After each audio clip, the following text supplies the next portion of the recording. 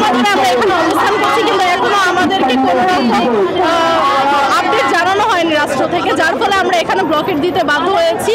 আমাদেরকে যত পর্যন্ত কোনো আপডেট না জানানো হবে আমরা এখানে অবস্থান করব।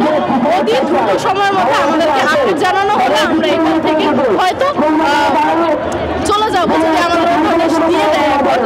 আর যদি আমাদের কোনো আপডেট জানানো না হয় আমরা এখানে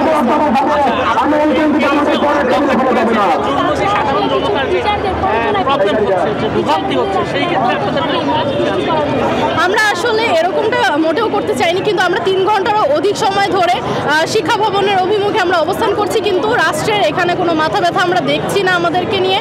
আমাদেরকে কোনো আপডেট তারা জানাচ্ছেন না, যার ফলে আমরা এখানে ব্লকেট কর্মসূচি দিতে বাধ্য হয়েছি।